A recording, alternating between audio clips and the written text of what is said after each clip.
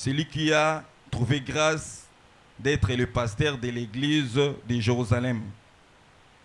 Écrit ces choses, il veut montrer l'importance de la prière dans la vie de la communauté, dans la vie des enfants de Dieu, dans la vie chrétienne. Bien aimé, les bons délits c'est très très important. Peut-être pour la prière, c'est très important pour la biso bana l'ensemble. Amen. La prière, c'est la respiration, il y a biso ba chrétien. Ce mutazali ko pe maté, akoyi ko bikate. Donc apôtre plutôt Jacques Oyo a commis épître Oyo, azalaki petit frère biologique à Jésus. À ne pas confondre avec l'apôtre Jacques Oyo azalaki décapité na Hérode. Oyo Nzambe aibaki Oyo Hérode aibaki kokata ye kingo. Akoma biloko Oyo alingo lakisa biso importance ya prière. Importance ya prière dans la vie de la communauté, importance ya prière dans la vie des enfants de Dieu, dans la vie des chrétiens en général. Parce que l'épître à Jacques, et ça épître Oyo, ceux qui ont une introduction nango, bazo parler pour un aspect Oyo zali pratique. Ba chrétien Oyo bazali ba chrétien pratiquant, ba Oyo bazali ko chali lo bananzambe na misala. Akomela ki on pona ba juif nyonso bazali ki na diaspora o bazali ki dispersé o bazali ko croire dans Jésus-Christ. Donc épître Oyo ezali pe concerner biso parce que biso pe tozali ko sani tozali ba Oyo tozimeli kolo na biso Jésus-Christ.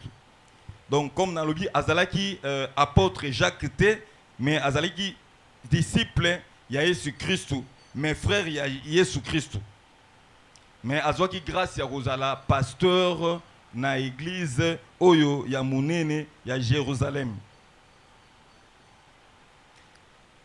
Na ngonde na otolobaki na ba version mususu.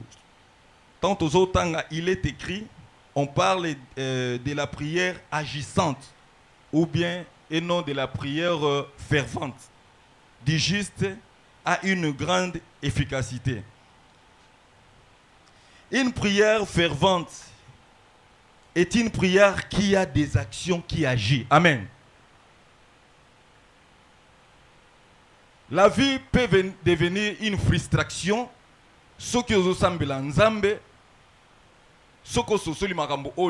pour cela que je bénis Dieu pour le programme Oyo, il y a prière. Ce que vous comprenez de prière, vie chrétienne n'a comme ma frustration. Parce que au sosoli ba aspect o ya prière te prière est très très important quand tu as beau biso. Amen. Si le Seigneur Jésus qui est notre Dieu, qui est notre sauveur, la Bible déclare que zalaki coutume na ye ya ko kende chaque fois na ngomba na ba moko na tongo makasi pour na ko sambela, cela démontre que la prière a une place importante dans la vie chrétienne. Amen. Tu peux avoir des problèmes. Tu peux avoir makambozo tumisabo moinao. Mais si tu es un homme de prière, tout batu nyonso nzamba utilizaki. Tu peux venir ce matin, ndenge toya, ngai pe mutu nyonso za na ba problème na ye. Mais ce qui to yebi, to sosoli, importance ya prière, c'est pour cela l'église. Nanzela l'église nzamba sali grâce toye baba forme nyonso ya prière afin que tous ala bato tous solide. Et ce matin na moi na biso sur la prière fervente. Ce n'est pas la prière simple. Ezali prière oyo ezali na efficacité. Ezali prière oyo, une prière fervente est une prière qui a des actions. Tant au bondeli au moni makambo salami. Ezali prière oyo ezali ko agir. Eza prière oyo ezo salami sala ezoti kabilembo kati na bomo ina biso. Amen. Eza prière o eza lokola ba prière nyonso te. Eza prière o tango sambeli, oza na problème o sambeli. O lukie longi na nzambe. O beleli nzambe, o invoquer nzambe. O moni nini misala pe o moni bilembo pe o moni résultat. Dans d'autres versions on parle de la prière agissante. C'est une prière énergétique. La prière agissante, en d'autres termes, est une prière énergétique. Quand quelqu'un le fait, c'est avec l'énergie. Et ça, prière aux salons avec énergie, avec force physique. Ozo salango na makasi na yo po osani ozwa exaucement na yo. Tant avec force physique, ce n'est pas ta force qui va te donner l'exaucement ou bien les résultats. Mais si nous disons cela, comme maman Marie-Louise Bisso, c'est-à-dire que c'est une prière qui nous aide à se connecter à Dieu. C'est une prière qui nous aide à s'impliquer, âme, corps et esprit. Je crois que na pesi ba référence sur mi balé na ba texte d'émission à base tout moni ndenge nini Jalbert abondela ki biso nyonso papa Terry biso sur l'histoire de Anne. Tout moni Anne comment ayeba ki s'impliquer. Bien qu'il a passé beaucoup des années avant de boter mais tant ayeba ko ça la prière oyo et c'est les prières oyo za fervente. Tant ayeba ko ça la prière oyo et c'est les prières oyo ayeba ko pesa énergie na nyonso ayeba ko pesa makasi na ayeba ki ko mona loboko na nzambe kati na bomo ine etobeteli ko na biso Yesu Kristo maboko makanga. Donc c'est une prière, quand tu pries, tu es connecté avec Dieu. Tu es branché. Oza ko utiliser énergie na yo physique, pe oza ko utiliser énergie na yo spirituelle. Et ça te prière o muto azo sala yango, azo sala nini, azo nimba, azo yeba kutu te makambo o azo sala. Nde maman Marie-Louise Atea qui s'appelle ça exemple alobai ke ba okoya ko finga nzambe parce que ba tumususu tellement que na prière ngo azo sala asi alimbi azo yeba na makambo azo lobate o lemso ko finga nzambe ya o mosela nzambe mo yebisa nga biso ke soki ngai na lembi nazoko na sambela kate na piska nzambe merci il faut na zonga tant na zo bondela isengi na la conscient ya mo Paul azo yebisa biso donc on parle ko sambela na langue c'est mieux mais il faut tout sambela peine intelligence to yeba makamuni to zoloba. Donc prière fervente, prière agissante oui. Eza prière autant aux ali ko sala yango mama ndeko yo oye na tongo na lelo eza prière oyo sengeli e memela yo ba résultat kati na bo moyena. Amen. Bato nyonso zomona na Bible nzamba itizaki bango bazaki bato mabondeli. Maman Marie-Louise Atea biso j'ai aimé ezaki kitoko mingi. Alobi prière eza monologue te. Mais ça dialogue. Ata okangi misu ne na kangi boyeba ke nzamba za liboso na ngai. Amen. Nzamba zoyo kangai. Nzamba akoyanula ngai. Zala consciente que tango zoya liboso na nzambe. Ozoya liboso mutu mokilité, mutu mokila ko iko la kayo, mais ko iko réaliser en te mais nzambe bien aimé. Na yebi que même na moi expérience ya vie amke. Que chaque moment où j'étais dans des moments difficiles, je savais même un moment j'étais ici à l'église, je dormais ici à l'église. Il fallait tout ça béton licolo parce que tout bon on n'avait pas l'argent. J'étais ici à la place Nazaï comme dans l'église, j'ai prié le Seigneur. Place Nazaï c'est que dans Ozambo, mais Dieu est merveilleux. Quand vous priez Dieu, quels que soient les problèmes que vous avez ici, voyage, libalanine, quand vous priez Dieu, na conscience nyos ata bana bazotungisa yo ata likamuni ne komelio metango zali ko bonde na nzambe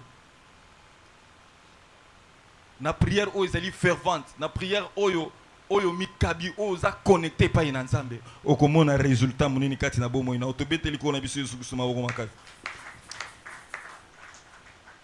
ezate prière oyo muto azosala yango nde na utolo bazonimba azoyeba kutu makambo azoloba te makanisi neza isika mususu azo kanisa mususu mais c'est la prière faite avec ferveur na makasi na yo nyonso prière oyo ozali ko s'impliquer comme dans le baki corps âme et esprit na prière fervente ezali prière oyo donc ozo salango avec ardeur nyonso ezaka ba synonyme totoloba c'est une prière faite avec zèle ozo salango na molende c'est une prière faite avec un sentiment vif et affectueux tant ozo salango za na sentiment ko za vif pe ozali ko zela résultat obi ke ceux qui nzambe te na ko ozwa solution musute nzambe soko tiki ngai awa donc eloko mususu te mutu moko ta ko pesa nga solution donc ozali dans sentiment moko vif. Donc mon thème au sentiment na yo nyonso mi pesi ozozela kaka résultat ko utepai ya nzambe tobetel ko na biso Yesu Kristo maboko makoi ezali prière ozali ko sala ngona esengo pe ozali ko sala ngona tina libondeli wana ozali ko zela ete nzambe ayeba ko sala kati na bomo yo muto azo sala ngo azali ko yeba ke nazali cause la résultat que ou t'es pas inanzambe. Et ça très important. Bien aimé, comme nous avons dans la Bible, nous avons les exemples des prières agissantes. Et ça est belé. Mais to kozwa prière, quelques prières atami balé prières agissantes. Ya batumi balé o basalaki prière à liboso totangaki pasteur Bernard tangi biso na mukanda na 1 Chronique chapitre nango 4 verset 9 à 10. 1 Chronique chapitre 4 verset 9 à 10 pasteur Bernard tangi biso. 1 Chronique chapitre 4 verset 9 à 10. Jaïbet était plus considéré que ses frères. Sa mère lui donna le nom de Jaïbet en disant: c'est parce que je l'ai enfanté avec douleur. Jaïbet invoqua le Dieu d'Israël en disant: si tu me bénis et que tu étendes mes limites, si ta main est avec moi, et si tu me préserves du malheur, en sorte que je ne sois pas dans la souffrance. Et Dieu accorda ce qu'il avait demandé. Bien aimé, t'as la prière agissante, il y a Jaïbet. Bien aimé, c'est un passage où Yobiso Batei Mingi Toteaka. Jaïbet était plus considéré que ses frères. La considération ezalaki maman na yende apesaki ye. Considération wana maman na yende apesaki ye ran wana parce que Bible lui abotaki ye na pasi. Amen. Toka ba maman mingi kobota eza pasi. Toka ba maman mingi kobeta ete wana za lisu na ngai parce que abotaki ye na pasi. Tomona ba msusu lemsu balingi bakini kobala mwasi. Ba famille mususu bakuti mususu ba mwasi soka za na zemi babala kaite. Donc ils ont un moment moko difficile. Ils la bota comme ça makambo wana tokotala sima.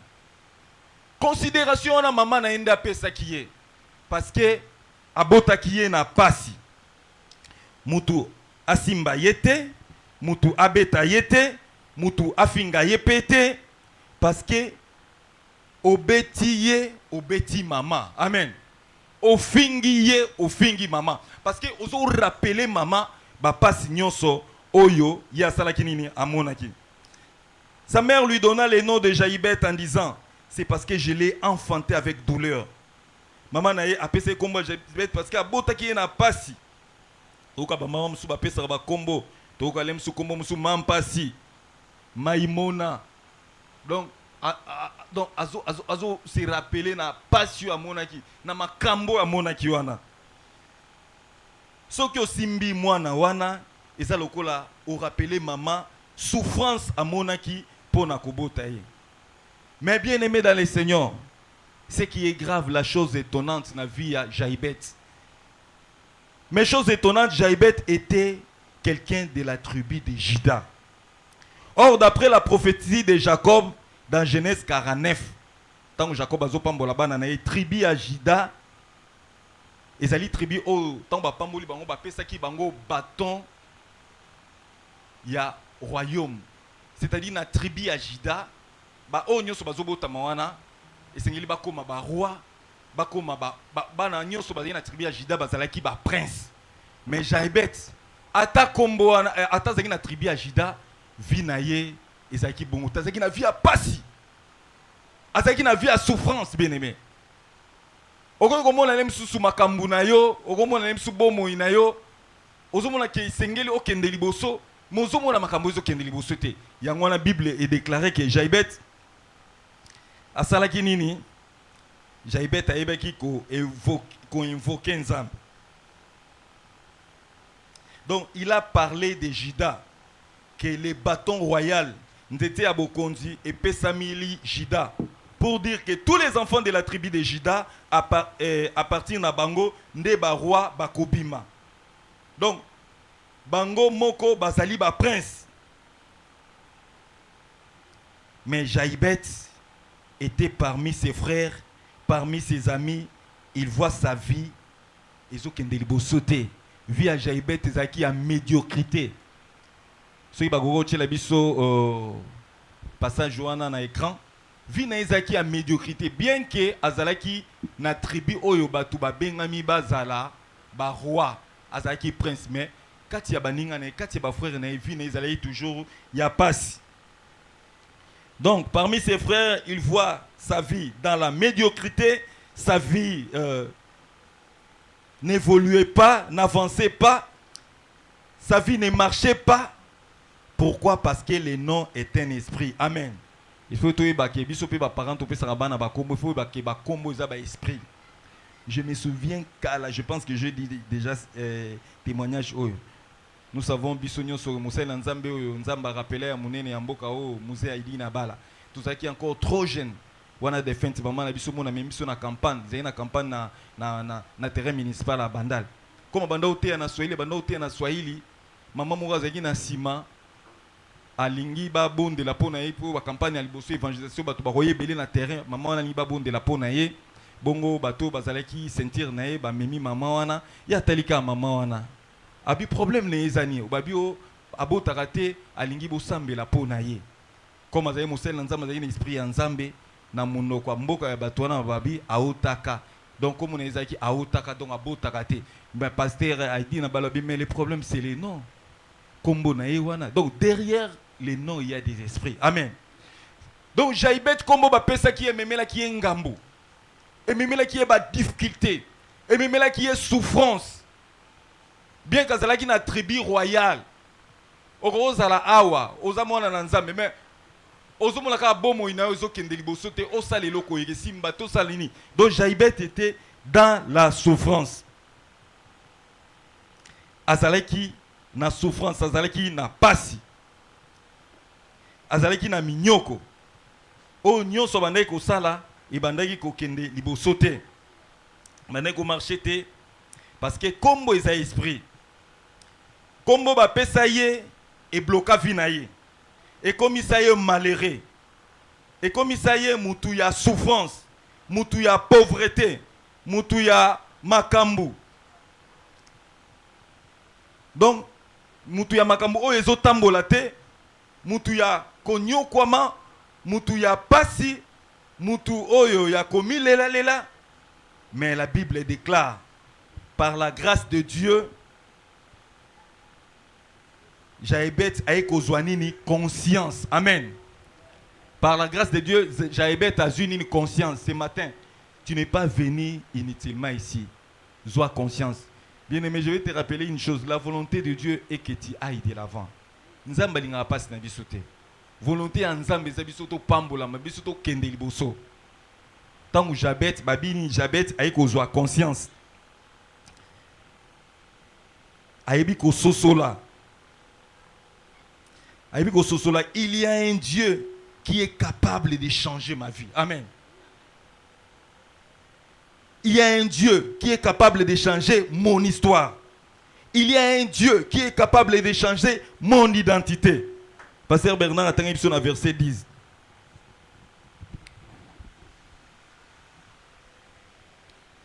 Verset 10. Jaïbet invoqua le Dieu d'Israël en disant: si tu m'es béni et que tu étendes mes limites, si ta main est avec moi, et si tu me préserves du malheur, en sorte que je ne sois pas dans la souffrance. Et Dieu accorda ce qu'il avait demandé. Amen. Gloire au Seigneur. La Bible déclare, Jaïbet invoqua le Dieu d'Israël. Amen. La prière fervente du juste a toujours une grande efficacité. Bien aimé, qu'on invoque. Vous ne pas banganga. Banganga, ceux qui besoin invoquer. Au moment prière fervente. Prière agissante, c'est la prière n'y sauté. Donc, qu'on invoquer, c'est-à-dire à belé l'inzambe, à zaki déterminé, à gangi, donc qu'on invoquer nzambe. Bato ba kende pa batamisala mouli pa banganga. Okomona tanga zawana, donc vous sentez qu'il y a zoluka ba esprit nae. Donc il est connecté. La Bible dit, Jaïbet invoqua le Dieu d'Israël en disant: si tu m'es béni. Bien aimé, quand quelqu'un demande la bénédiction, c'est qu'il était dans la pauvreté. Amen. Amoni pauvreté comme lié makasi. Nous parlons de la prière fervente, bien aimé. Kosu kanga na prière au sala. Sinon te vie chrétienne est comme frustration pour nayo. Sinon tout bona naya kaka. Oka batumsu naya kaka ko sambela. Mais résultat na mona kate. Longwa na ba prière wana nyoso. comment la prière où ils allaient fervente. Ils allaient connecter la présence en âme. Tant aux bon de la zala liboson en âme. Dès maman Marie lui a dit biso prière ils a dialogue. Okangi miso comment na te ozayo moko nzamba za liboson na yo. Yebisa ye makambo na ye. Jaibet azwaki conscience na vie na ye. Abi non, je ne peux pas continuer comme ça. Il n'était pas béni. Il était maudit. Et que tu étends mes limites. À étendre les limites. C'est que sa vie était limitée. C'est que vie n'est pas limitée. Vie n'est pas limitée. Yakokangama. Akendeboy makambo za bloqué. Akendeboy makambo za bloqué. Pe Jabet a ebisi su nzambe nini. Si ta main est avec moi, c'est-à-dire le boko nzambe zalaki na Jabet te. Donc la main de Dieu n'était pas avec Jabet. Mais cette fois-ci, il va demander que la main de Dieu soit avec lui. Amen.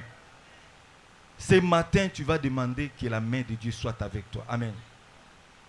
La droite triomphante de Dieu. Amen. Bien-aimé, loboko nzambe simbare pa bato ba simbarate. Miso nzambe mona kesika bato ba mona rate.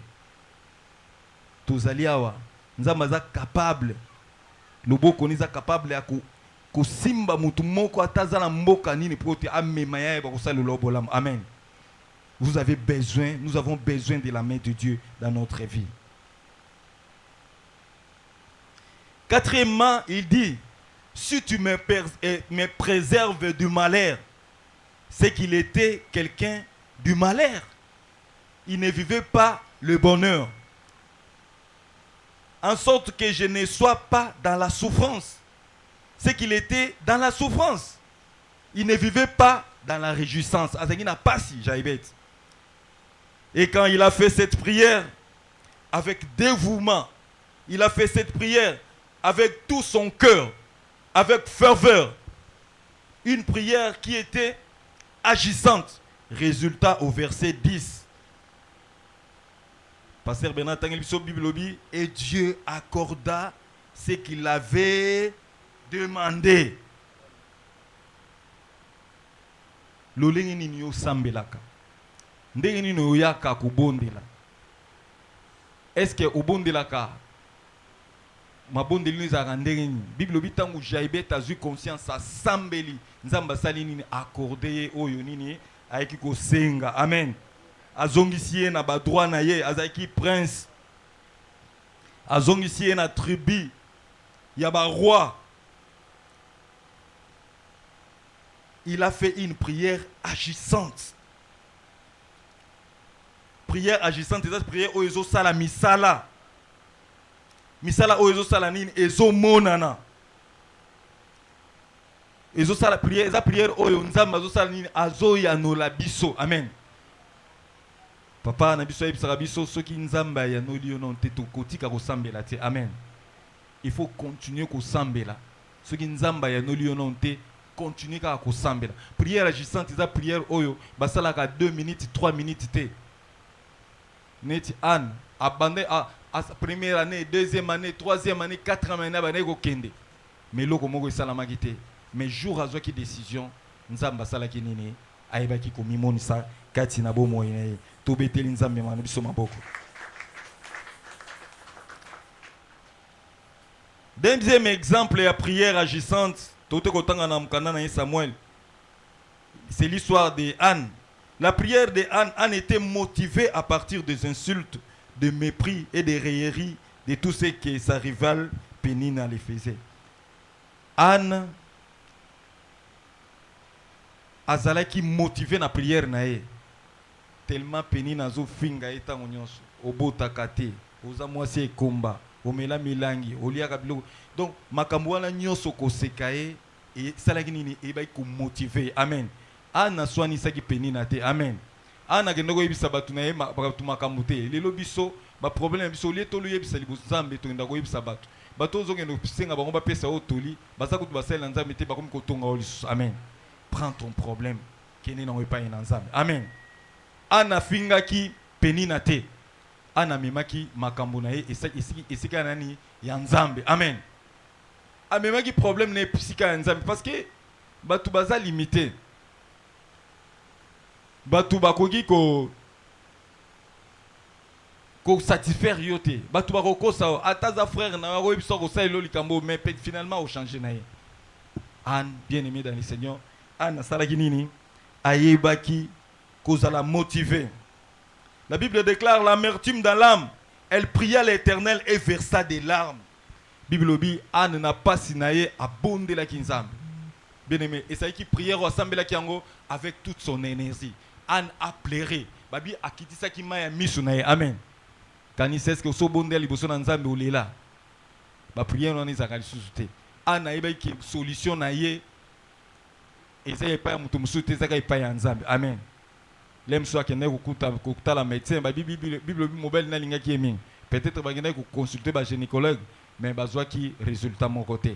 À mon avis, qui pas si n'a pas qu'à mutago copier sa solution ensemble. Papa peut-être à Gibiso. Et ça n'a pas malédiction, monsieur c'est où t'as pas à battre. Mais ça n'a bloqué monsieur ensemble à permettre qu'il n'a pas moyen Anne pour la gloire ensemble. Donc il faut aussi assez retourner quand il pas ensemble n'a pas solution n'a pas moyen. Et tout bête il qu'on a biso sur ce maboko makas. L'amertume dans l'âme, elle pria l'Éternel et versa les larmes.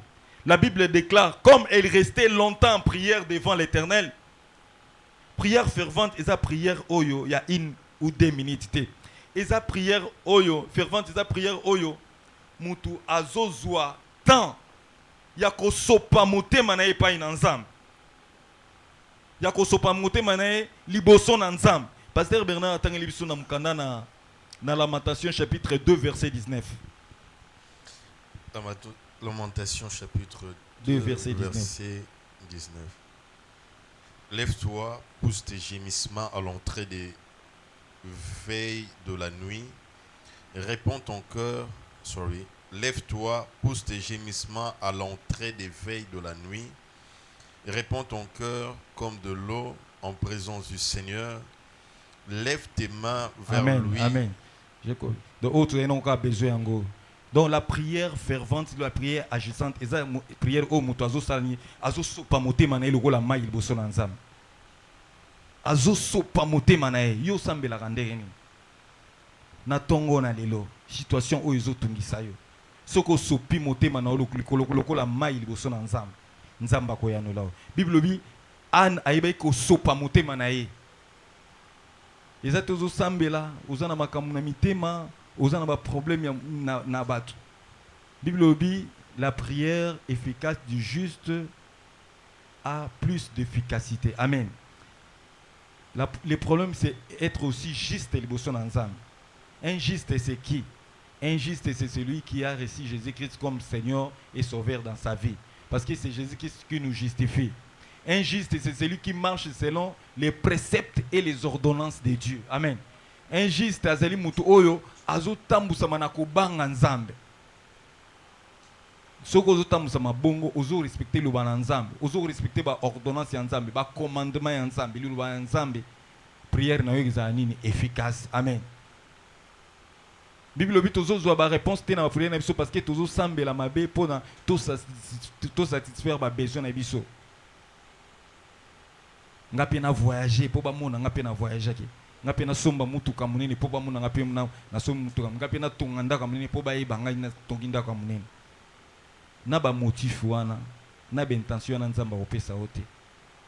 Il faut vous ajuster liboso na nzambe. Amen. To beteli kolo na biso Yesu Kristo maboko makasi.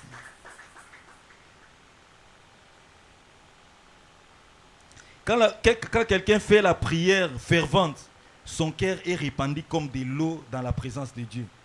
Verset 12 dit, comme elle restait longtemps en prière devant l'Éternel. Verset 13, Élie le sacrificateur observait sa bouche, Anne parlait dans son cœur et ne faisait que remuer ses lèvres. À cause ya fardeau azalaki nango na motema na ye. Amen. Prière agissante, prière fervente, et ça prière oyo. Tant que vous salongo singelo zana na fardeau na motema na. Amen. bato mingi tozo sambela toza na fardeau te. Amen. Tolingi osala eloko même côté ya sango malamu soki oza na fardeau nango te, soki esimbi motema nango te, soki ozomona pasi wana te, moyen osambela malamu eza te. Obi pasi ya moninga bayoka yango lokola lisolo, moto azosufri yo yoka yango lokola lisolo, mais mokolo nango nde aza na pasi wana, fardeau wana eza na motema na ye. Ayebi pasi ya kozanga mwana, ayebi pasi ya kozanga musala, ayebi pasi ya kofutela, ayebi pasi ya mwana soki azoyoka te mwana komi kuluna, mais bino bo condamné, mais yenda fardeau wana ide ana yebeki pasi yo azalaki nango, yango wana ana pusana kite asambelaki lokola batu nyonso te, asambelaki te ba prière olingo lia osambeli, olingo lala osambeli, mais abondelaki avec fardeau. Si tu veux que ta situation change, prie avec fardeau. Bondela avec fardeau. Jaïbet alobi abi Seigneur préserve-moi du mal. Longo langa na ba malheur. Situation est continue mi kati na bomo inanga. C'est très important, bien-aimé. Verset 15 dans verset 17, Bible alobi, une prière fervente est une prière agissante. Est une prière qui donne toujours les effets, qui produit toujours les résultats. Prière agissante, ils ont toujours produit des effets, ils ont produit toujours des résultats. Parce que c'est une prière au mutu. Azo sala yango nali sekite. Azo sala ngona masanote. Azo sala yango te lokola mutu azo tala télévision. Azo sala makambu mususu ne za batu mususu sala makambu mususu makanisi na yo mususu. Donc esa prière wana te. Ozo sambela talelanga na numa nzunga madesu kuna, est-ce que madesu ngo toki nzambe na commission tout ça. Esa prière a bongo, esa prière mutu aza concentré, aza mutu azo lukanzam. Comme maman Marie Josate esa dialogue. Tant ozo lo babongo oza connecté, nzamba ko opesa o penser moko, nzamba ko kolobela yo, sala eloko tel, pe nzambe akosala nini akomimoni sakati na. Na pesa témoignage mingi za témoignage mo muke. Mais ça témoignage moko ezaki tango luki nzambo bondeli nzambe nzamba sunga. Il y a un moment tozali na ndako moko tozali na ngoko tanjili kuna. Fi na ngai ene na kotisaki ye na collège moko Brasilia kizaki likolo kuna, ezali collège moko ezali toko. Bana bakonzi mingi bazali kotanga kuna, tango na kena ye basango wana bayibisinga babi awa mbule beta te. Yo mwana na yo di oza pembeni moyen oza mbongo futene eternité mais mbule beta te, il faut mwana no sala nini aya soka yete soka so muta mwa kokisi 3 absences to longolier. Alors bazaki série tant bazo bisanga makambo wana na yego somba moto moko zaki boxer na somba kiango siko ezaki occasion siko boxer wana ta na sombi yango na bi bon comme ça il permet à ngai soki na zwi yango na memi na tikie nga na tikie ona ndako nga na kie musala siko to na sombi yango na ye nango ingénieur agronome moko tozali na ministère agriculture nda tekele ngam moto wana tant toujours il fallait ba changer disque bazwa ba marteau minene ba beta pona kofungola boulon ya pamba basala une semaine boulon so ekomi kotengama ezofungwama te ngabi me basango yo bakolongola mwana siko na ndoki wana na tongo ata na sambulu zui parasoleil bozo kende na banzela ya zamba ti na nji brasserie na montagne po e batongaki yango likolo ngomba penza. Un jour tozai quelque part na culte matinal na sambeli nzambe na binzambe comment iloko ezofungwa mate bongo sikoyo Saint-Esprit inspiré ngabi zwa contact nango umoni mutarote ya lilo kendo pesa yebisa ye te naloba kutu bongo te nazo ko contact na china poche tant na ye na yebisi frère wana ki en tout cas nazana moto moko bazoli ngo fungola bouloni fungola te na si se ko lobate papa bobo bi pesa contact na ngi na poche na pesi tongo sambeli ka bona zongi moto ba nobongisa moto aye abi nazwi ide moko ba memi yango sikoyo et pas ba gister moko agister azuni azui ba baguette ba toba ba sudara nango achie na boulon wana boulon est comme rouge penda neti likala bazui marteau babeti pan boulon wana epumbuki ekota na nzamba to lokota yango te nazwa moto wana nakenda komema mwana ti toye kolongwa kuna nateka na moto yango amen Donc la prière, ils ont dialogue. Tant aux yoka nzambe wazo ibisayo. Pour nous avoir résultat. Kobonde la te pour nous kobonde la kaka pour na bongo. Dieu est vivant. Nzambe asana bomo. Que toute la gloire revienne à notre Dieu. To beteli ko na biso yisuku maboko makasi. Toni kobonde la bien-aimé. Oyoki ma solo ya ba Jaibet. Oyoki ma solo ya ba Anne. Je ne sais pas quel est ton problème. Tout temps dernièrement awa li solo ya Bartimée. Bartimée azaki na Jéricho. Babi Jéricho azaki fermé et barricadé. Jéricho azaki na deux portes. Porte y entrer ya munene na porte ya muke. Mais mutu moya kota kuta mutu abima izate. N'ebite problème na Jéricho nezani problème na ezani lelo na tongo. Totele mituni ko sambela. Yebi sanzambe problème na yo. Bondela epai na nzambe. Bondela nzambe na lembi comme Jaibet. Na lingi nzambe opesa nga solution.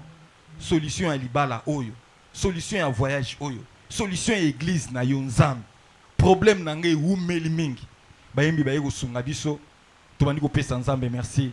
Banda ko pesa nzambe merci. Je ne sais pas quel est ton problème. Na ebite likambu na ezalini. Eloko wana ko ya tangu nyonso. Et comme ils sont nippona ozoko kotika yango te. Bondela lelo avec fardeau. Bondela avec conscience. Bondela pona likambu na yo. Jésus. Seigneur, on a lembi ko futela. Est-ce que bao ba soma mapangu nzambe bazana makolomine? Est-ce que nzambe ko sunganga pona situation oyo te?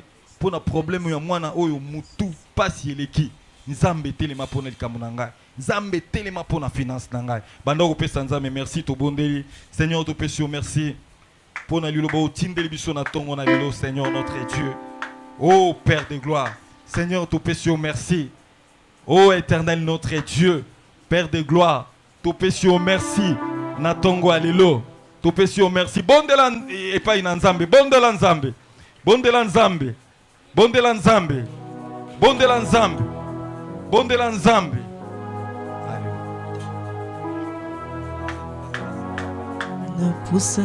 Napusani liboso na yo ekimelo na ngai Yesu Kristo mobateli na ngai seyo masia natie motema epai na yo natomboli maboko kogumbamela yo sembola loboko na bomoi na nga Yesu Kristo. Lorsque ozobondela mpo ya likambo na yo esengeli osopa motema esengeli ozwa conscience wana il s'agit de ta vie esengeli ozwa conscience wana il s'agit ya situation eya na likambo moko oyo ozolekisa puke nzambe amimonisama mpe asala puke nzambe amimonisama mpe asala puke nzambe amimonisama mpe asala nengesa mutu moko na pokwa na lelo nzambe oyo avisitaki Anne nzambe oyo aselaki Jaibet il est le même Dieu il est aussi capable ya kosala na vie na mokolo na lelo il est aussi capable ya kovisite yo ce matin il est aussi capable ya kopona na ntongo na lelo il est aussi capable ya kokota likambo na yo est-ce que mutu moko azokomprendre na ntongo na lelo est-ce que mutu moko azokomprendre na mokolo na lelo banda kobondela bakota likambo na yo wana oyo ewumeli nini na vi na yo oyo bato bakokopesa yo solution te oyo bato bakoka kopesa yo solution te oyo oke na gauche oke na droite aussi solution te banda koyebisa nzambe Seigneur mais voici je viens dans ta présence Jésus-Christ je viens dans ta présence Jésus-Christ mama na ye lobi soki tokomi na suka yo komaka na suka te esika nga na suki nde ezali esika yo obandaka Éternel tala situation na ngai tala problème na ngai na ye nango na mokolo na lelo tala réalité oyo nazovivre Éternel Dieu naye kobelela yo Éternel banda kokota likambo na ngai ce matin bakokota likambo na ngai ce matin banda kobondela bakoprete nzambe problème na yo azali nzambe oyo apesaka solution azali nzambe oyo arestauraka azali nzambe oyo avisitaka azali nzambe oyo amonaka mpe ayokaka. Éternel Dieu, tobeli yo na mokolo na lelo. Tala vie na biso éternel Dieu. Tala makambo tozolekisa, tala basituation ekomela biso éternel Dieu. Toleli mpe mingi, tonyokwami mpe mingi nkolo.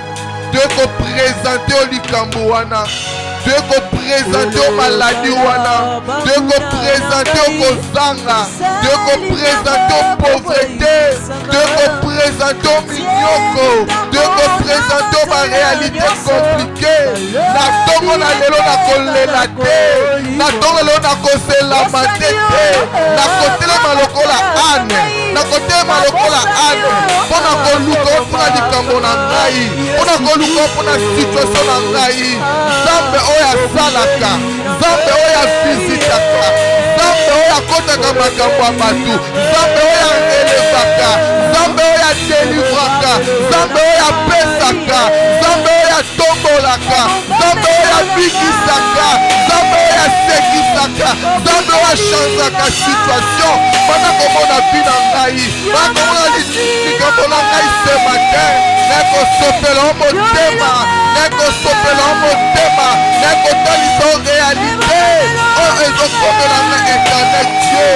Banda komimonisa, banda komimonisa solo, monisa, mimonisa, mimonisa éternel Dieu, mimonisa éternel Dieu, mimonisa éternel Dieu, mimonisa éternel Dieu.